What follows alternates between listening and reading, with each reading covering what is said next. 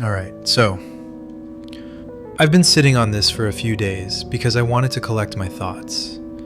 Because there is a lot to say about this Nolan Odyssey situation, and I don't want to be unfair to the man. He is genuinely one of the best directors working right now. But, there are things happening with this movie that I cannot let go. So let's just talk about it. Grab the drink. The casting. Let's start there. The cast is led by Matt Damon as Odysseus, with Tom Holland as Telemachus, Anne Hathaway as Penelope, Charlize Theron as Calypso, Robert Pattinson as Antinous, and Zendaya as Athena. That's already a lot of faces you know from other things, but we'll get to that. Because the real conversation is about three specific choices. Let me take them one by one. Travis Scott is playing a bard. What? A bard, the ancient Greek storyteller figure whose entire job is to be the living memory of a culture. And Nolan's explanation, his actual on-record explanation, is that he cast Travis Scott because he wanted to nod towards the idea that this story has been handed down as oral poetry, which is analogous to rap. What? Bro, what are you talking about, man? Oral poetry is analogous to rap. That's the bridge he built. That's the logic. And the person he chose to represent this 3,000-year oral tradition is Travis Scott. That's the guy. Of all the artists in the world, he picked Travis Scott to stand in for the soul of ancient Greece. Incredible. Absolutely incredible. And of course, the casting choice that stirred up a lot of controversy. Lupita Nyong'o playing Helen of Troy. What? What the fuck? Look, Lupita Nyong'o is a phenomenal actress. There's no argument about her talent. The argument is about the specific choice to cast her as the character Homer literally described as the face that launched 1,000 ships. A character tied to a very specific physical description in the text, while simultaneously telling us in every other interview that this production is deeply, obsessively faithful to the original story. You can't have it both ways. You cannot spend $250 million building a seaworthy ship and sailing it through real Mediterranean waters for historical accuracy, and then turn around and cast whoever you want for the central female figure of the entire story and call that a faithful adaptation too. Pick a lane. Either you're faithful or you're reimagining. Elliot Page is rumored to be playing Achilles. Although the character hasn't been officially confirmed yet, rumors are circulating. The last person to play this role was Brad Pitt in his physical prime. And now what do we have?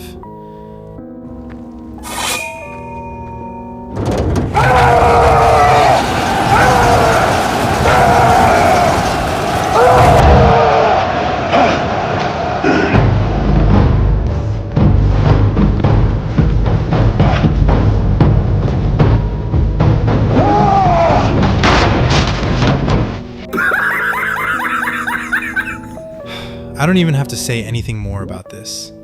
But there's still a genuine conversation to have about whether stunt casting in a movie like this serves the story or just serves the press cycle. Because right now what's happening is that every casting announcement generates controversy, which generates clicks, which generates awareness, which probably sells tickets. And at some point you have to ask, is this art or is this a marketing strategy dressed up as art?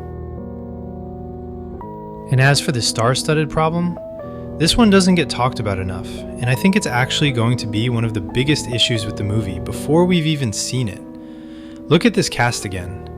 Matt Damon, Tom Holland, Anne Hathaway, Robert Pattinson, Lupita Nyong'o, Charlize Theron, Zendaya, John Bernthal, John Leguizamo, Corey Hawkins, and so many others.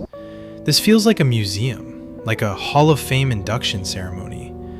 Every single person in that lineup carries years of cultural baggage with them the moment they appear on screen. So when Tom Holland shows up, you're not going to think, oh, Telemachus, the young son of Odysseus searching for his father. You are going to think Spider-Man is in ancient Greece. That's it.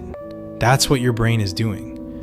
Robert Pattinson appears, and half the audience is thinking about Batman, and the other half is thinking about Twilight, and absolutely nobody is thinking about a Greek suitor. Zendaya walks in as Athena, and the entire theater is going to whisper, "That's Zendaya." She's too famous to disappear into a role right now, no matter what the role is. The only way a cast like this works is if every single performance is so transformative, so completely inhabiting, that you forget who you're watching. And that has to happen simultaneously across like 15 A-listers in one movie. That's an extraordinary ask. And on the evidence of the trailer, where Matt Damon sounds exactly like Matt Damon, I'm not sure we're there. The trailer has also been met with criticism over the use of modern terms and American accents, which seem at odds with the ancient Greek setting. And look, I know the counter-argument. British accents aren't historically accurate either. No accent is historically accurate for ancient Greece. Fair point, fully acknowledged. But, and this is important, there's a difference between not historically accurate and actively immersion-breaking. British accents in historical epics are a convention. They're a shared agreement the audience has made with the film. They signal, this is ancient, this is formal, this is weighty. We accepted it in Gladiator, in Ben-Hur, in literally every toga movie ever made. It's a code, and we all understand the code. Robert Pattinson's character says, "You're pining for a daddy you didn't even know." In ancient Greece, a character from one of the foundational texts of Western civilization looks at Telemachus and says, "Daddy." This is a $250 million movie. They had time to build an actual ship. They could not find 30 seconds to workshop that line. And then Odysseus shouts, "Let's go!" as a battle cry at one point. Let's go. He sounds like he's hyping up a youth soccer team. One fan put it perfectly. It sounds like they're outside a Starbucks. The historical accuracy contradiction is the thing that genuinely drives me crazy, because Nolan has been doing press saying this production is obsessively faithful to the original story. Matt Damon said Nolan is very faithful to Homer because that's not somebody you rewrite. They built a real ship. They sailed real seas. Nolan said he wanted to capture how hard those journeys would have been for people and the leap of faith that was being made in an unmapped, uncharted world. So the commitment to physical authenticity is real and expensive and admirable. But then you give us Travis Scott. American accents, an orchestra-free score because orchestras didn't exist back then. But again, Travis Scott is fine. The armor on the warriors drew criticism from fans who felt it resembled Batman's batsuit, with one ex-user calling Agamemnon's look Batman with a hint of Warhammer. And Nolan's explanation was that the blackened bronze is theoretically possible based on metalworking techniques of the era. Theoretically. He built an actual ship, but the armor is just a theory. That's the hierarchy of authenticity we're working with here. And here's where I want to land, because this is the thing I actually care about. We've watched this happen before. We watched it happen with Disney. And I need to say it out loud because I think it's where we're heading. There was a period where Disney remakes were events. The first few, you were curious, you showed up, you had opinions.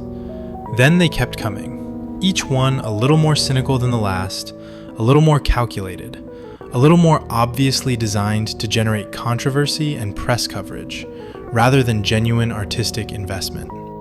Casting announcements that felt like they were engineered to go viral. Dialogue that sounded modern and relatable, rather than true to the material. A star-studded lineup that guaranteed opening weekend and nothing else.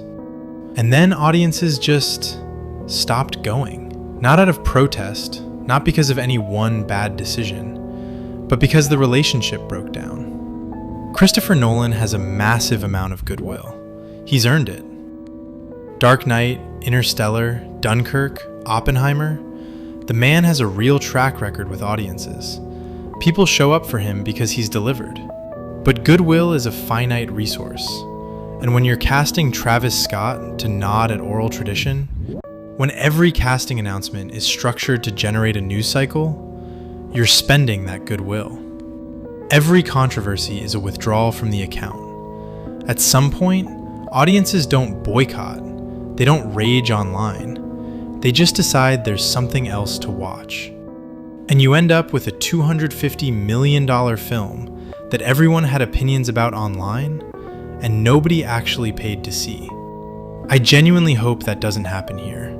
I want this to be great. But I'm watching the marketing for this movie, and I'm getting a feeling I've had before. And that feeling did not end well. July 17th. I'll be there, but I'll be nervous.